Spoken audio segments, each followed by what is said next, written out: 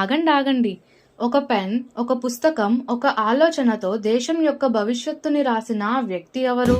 చెప్పు. ఇంటి పనుల్లోనే కాదు, చట్టంలో కూడా మహిళలకి సమాన స్థానం కావాలి అని గర్జించిన ఆ మహానుభావుడెవరు? చెప్పు.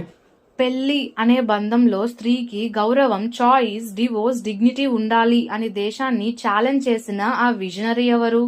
హిందూ కోడ్ బిల్తో స్త్రీని డిపెండెంట్ నుంచి ఈక్వల్ సిటిజన్ గా మార్చిన ఆ రీఫార్మర్ ఎవరు?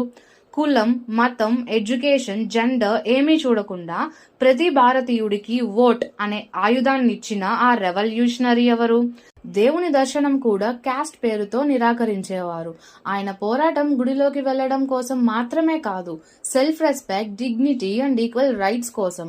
అలాంటి గొప్ప వ్యక్తిని గుర్తు చేసుకునే రోజు ఇది. ఆయనే డాక్టర్ బిఆర్ అంబేద్కర్. జై భీమ్.